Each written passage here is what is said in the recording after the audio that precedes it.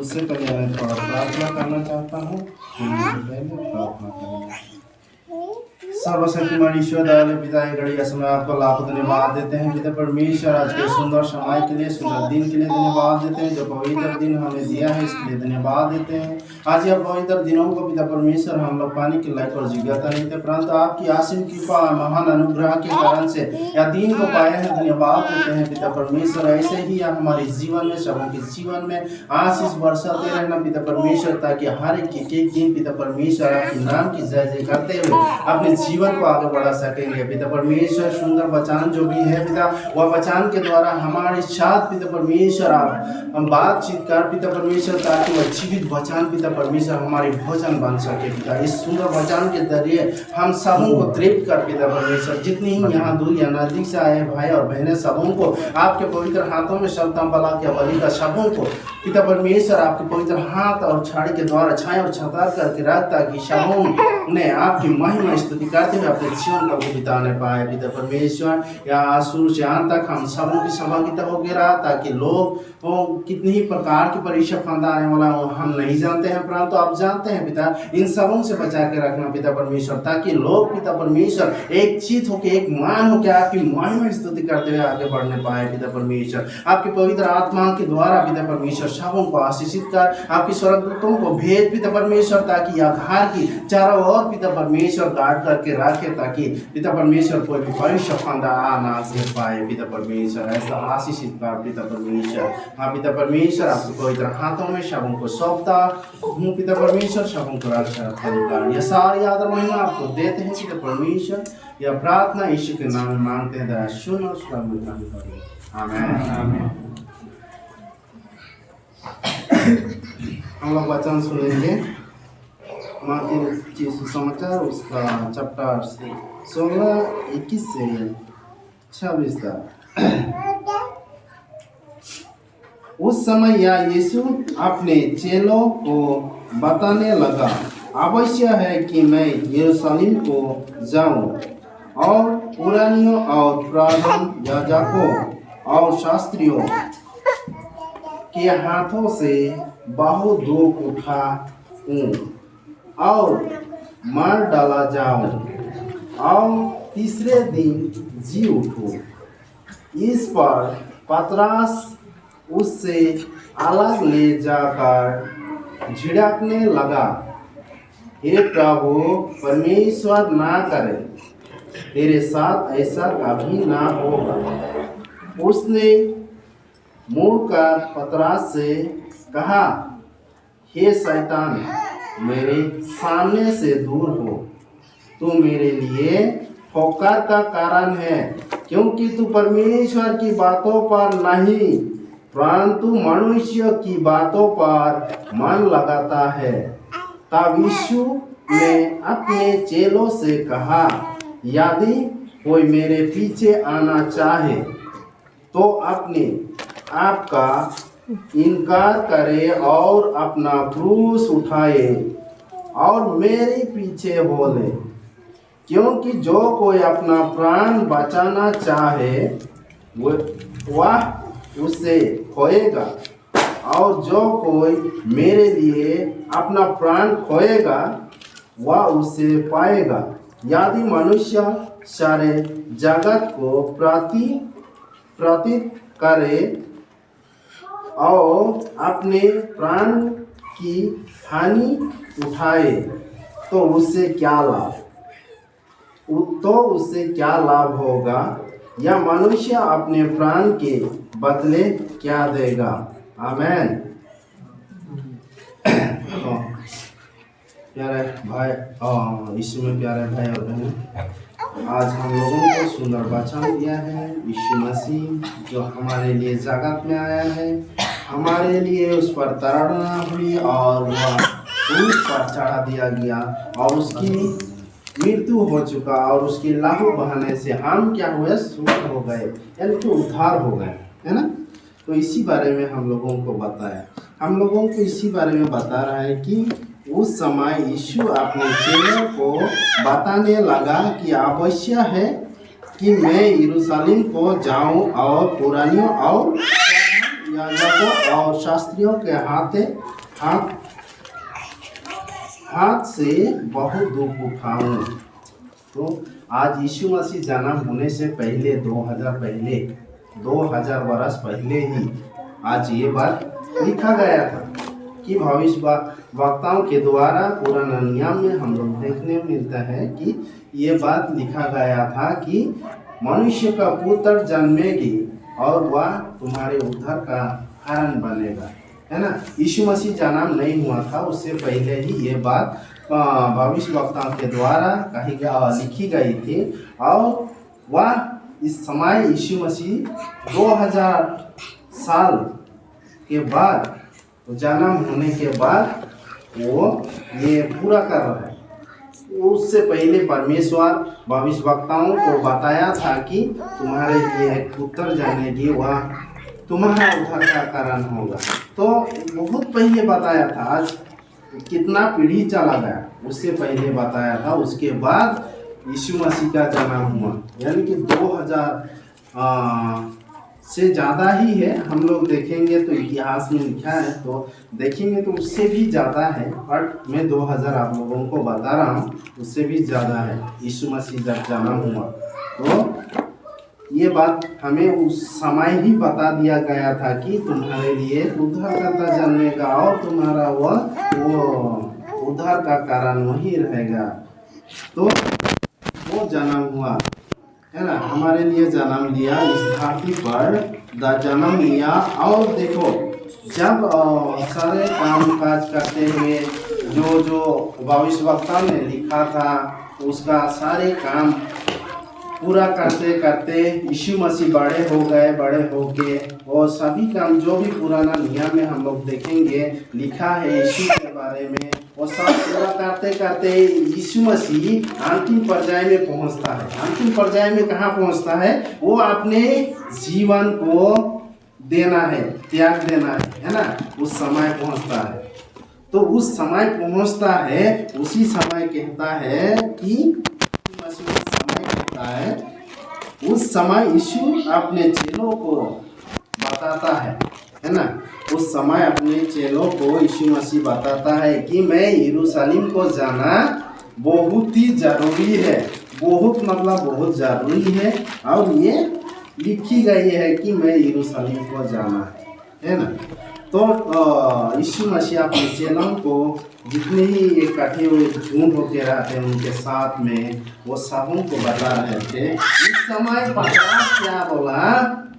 यीशु मसीह को अकेले अलग, मतलब एक झुंड रहते, उस झुंड में से अलग ले जाकर कहने लगा कि क्या कहने लगा? हे प्रभु, परमेश्वर ना करे तेरे साथ ऐसा कभी ना होगा, है ना। तो उस समय ऐसा कभी ना मतलब आपके साथ ऐसा कभी ना हो करके, मतलब जब यीशु मसीह बताया कि यरूशलेम को जाना अवश्य है और वहाँ जाके मैं पुरानियों और प्रधान और याजकों और शास्त्रियों के हाथों से वो दुख उठाना है, जब ऐसा बता रहा था, उसी समय पतरस उन्हें अलग ले जाकर कहने लगा कि हे प्रभु, परमेश्वर तेरा साथ ऐसा ना करे और कभी तुम्हें ऐसा ना होगा करके पतरस बता रहा है, यीशु मसीह को बोल रहा है। और उसी समय यीशु पतरस से क्या कहता है? पतरस तो एक विश्वासी इंसान था, है ना, एक विश्वासी इंसान था। और उसी समय यीशु मसीह पतरस से कहने लगा, क्या करें? मोड़कर। वो जब ऐसा कहा, उसी समय यीशु मसीह मोड़कर कहा, हे शैतान मेरे सामने से तू दूर हो जा, है ना, हे शैतान मेरे सामने से दूर हो जा, तू मेरे लिए ठोकर का कारण बने। तो जब यीशु मसीह उन चेलों को, पतरस को कहने लगा कि हे शैतान, तू मेरे सामने से दूर हो जा, तू मेरे लिए ठोकर का कारण बनेगा, है ना, ठोकर का कारण बनेगा बोल के यीशु मसीह पतरस से कह रहा है, क्योंकि तू परमेश्वर का वचन के आधार पर नहीं चलते हैं, परंतु परमेश्वर का कहा हुआ वचन के अनुसार तुम नहीं चलते हो, परंतु तुम मनुष्य का है, मनुष्यों के कहे हुए बातों पर विश्वास करते हो और चलते हो, है ना। तो हम लोग मनुष्य के कहे हुए बातों पर क्यों विश्वास करें, है ना। अभी पतरस को तो यहाँ बता रहा है कि तुम मनुष्य के कहे हुए बातों पर विश्वास करके चलते हो, तुम परमेश्वर के वचन के आधार पर नहीं चलते हो, उनके कहे हुए वचनों के अनुसार नहीं चलते हो। तो हम लोग को यहाँ कितना बड़ी बात बोल रहा है कि परमेश्वर को हम लोग आज सेवा आराधना कर रहे हैं, उसकी महिमा कर रहे हैं, उसकी आराधना कर रहे हैं, पर हम लोग परमेश्वर की इच्छा के अनुसार चलते हैं, नहीं चलते हैं ना। अभी गिरजा के बाद हम निकल जाते हैं, निकल जाने के बाद हम लोग वचन के जो भी वचन सुनते हैं उसे याद थोड़े देर के लिए हमारे मन हृदय में रहता है, बाहर जाके हम आधा घंटा का बाद वो वचन को हम भूल जाते हैं कि प्रभु यीशु हमसे क्या चाहते हैं, हमें क्या मांगते हैं, हमें से हम उससे क्या दें, ये हम भूल जाते हैं, है ना। परंतु परमेश्वर हम लोगों को कभी नहीं भूलता है और कभी छोड़ता भी नहीं है, हमारे साथ रहता है। जब हम बपतिस्मा लिए ना, उसी दिन से हम परमेश्वर के बेटे और बेटियां हो गए। तो उस समय से हमें परमेश्वर कभी नहीं छोड़ता है। हम भले ही हम भूल जाते हैं, परंतु वो नहीं छोड़ता है हमें। हर एक प्रकार की समस्या से वो बचाता है हमें, हर एक प्रकार के दुख से वो हमें बचाता है। तो हम ही भूल जाते हैं, हम ही भूल जाते हैं परमेश्वर को, है ना। जब हमारा सुख का जीवन हमारा चलता है, हमारा सुख जीवन चलता है, तब हम परमेश्वर को याद नहीं करते। हम क्या करते हैं, खुशी खुशी जो चाहिए, जो इस सांसारिक में जो चाहिए वही हम लोग यूज करते हैं, उसके आधार पर चलते हैं। आज वहाँ पार्टी करेंगे, कल वहाँ पार्टी करेंगे, नहीं कल मुझे वहाँ जाना है, ठीक है, या गिरजा का टाइम होता है, नहीं मुझे वहाँ जाना जरूरी है। हमको गिरजा जाना जरूरी नहीं है, परंतु उसके घर जाना, उससे मीट करना, उसके साथ मिलना, ये मेरा जरूरी है ना। जैसे कि परमेश्वर आज यीशु मसीह कह रहा है कि मुझे यरूशलेम जाना बहुत ही जरूरी है, और काम हो या ना हो, पर मुझे यरूशलेम को जाना बहुत जरूरी है। पर इसी तरह हम लोग का जीवन में क्या होता है, हम संग के साथी के लोगों के घर में गिरजा का टाइम, एक संडे का छुट्टी मिला है, गिरजा का टाइम है 7 बजे से 9 बजे तक गिरजा होता है, और उसी टाइम में मैं जाकर उससे मिलना है। तो हम कहाँ जाते हैं, यीशु के पीछे नहीं चलते हैं, हम तो अपने साथी के पीछे चलते हैं। हम कभी भूल जाते हैं कि अभी आज गिरजा है, गिरजा तो कल भी कर लेंगे, है ना। बट हमको ऐसा नहीं करना चाहिए। हमें क्या करना चाहिए, फर्स्ट प्रायोरिटी हम यीशु मसीह को देना है। अरे मेरा दोस्त है, वो बुलाया, ठीक है जाएंगे, मैं उसका घर जाऊंगा, बट मैं अपना मन पहले यीशु मसीह को देना है, उसके बाद जहीं भी जाना है जाओ। तब क्या होता है हमारा जीवन में, कि हमारा जीवन में उस समय क्या होता है, यीशु मसीह हमारे साथ रहता है ना, साथ रहता है, हमें कुछ परीक्षा फंदा से हमें बचाता है, उसकी ओर हमारा मन क्या होता है, आप लोग को कैसे बताऊँ, जैसे कि हमारा मोबाइल में रिचार्ज नहीं है तो किसी को फ़ोन नहीं जाता है ना, जाता है नहीं जाता। और जब तक वहाँ रिचार्ज रहेगा, मोबाइल में पैसा रहेगा तो नेट चलेगा, फ़ोन कॉल जाएगा, है ना। जब नहीं रहेगा तो नहीं जाएगा। तो उसी प्रकार हम लोग अगर परमेश्वर के साथ कनेक्शन नहीं करेंगे, प्रार्थना नहीं करेंगे, उसके वचन को नहीं सुनेंगे, क्या वो हमारे साथ संपर्क करेगा? नहीं करेगा ना, कभी नहीं करेगा, वो हमारे साथ संपर्क नहीं करेगा, बट साथ रहेगा, छोड़ देगा। जैसे हम लोग एक क्या बोलते हैं, गोहल का घर बोलते हैं ना, उसमें बैल वगैरह को बांध के रखते हैं, सब इकट्ठा रहते हैं। जब सुबह के टाइम हम खोल देते हैं ना, तो सब अपने आप चला जाता है, कौन किधर जाता है कुछ पता नहीं चलता। उसे अगर 20-30 बैल है तो एक ही मालिक है, वो खोलेगा तो कौन कौन किधर जाएगा पता नहीं, कहाँ क्या हो जाएगा पता नहीं।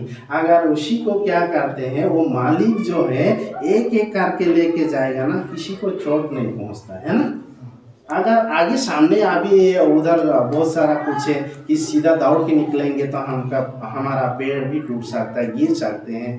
पर उसी समय क्या है, हम एक एक करके आराम से निकलेंगे तो हमको किसी को तकलीफ नहीं पहुंचेगा। तो इसी प्रकार हम अगर क्या है वो मालिक का संपर्क में रहता है ना, बाई लेग जो संपर्क में रहता है, तो उसी प्रकार हम यीशु मसीह का वचन के अनुसार चलेंगे, उससे संपर्क करेंगे, प्रार्थना करेंगे, तो हमारा साथ क्या रहेगा, उसका आशीष बने रहेगा, उसका हाथ हमारे ऊपर रहेगा और वो हमें गिरने नहीं देगा। भजन संहिता 21 में हम लोग पढ़ेंगे, उसका वचन पूरा पढ़ेंगे तो पता चलते हैं कि वो हमें कभी गिरने नहीं देगा, हमें टालने नहीं देगा, हमारा पाँव कभी उठेगा नहीं, है ना। अभी एक सेकेंड ना, भजन संहिता 121 है ना, क्या बोलता है भजन संहिता 121।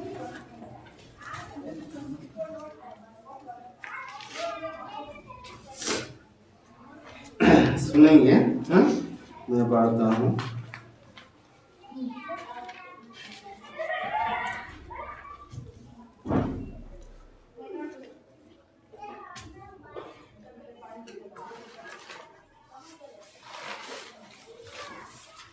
सुनेंगे भजन संहिता उसका 121 का 5 से लेकर हम लोग 8 तक सुनेंगे। क्या बोलता है यीशु परमेश्वर हमसे क्या बोलता है।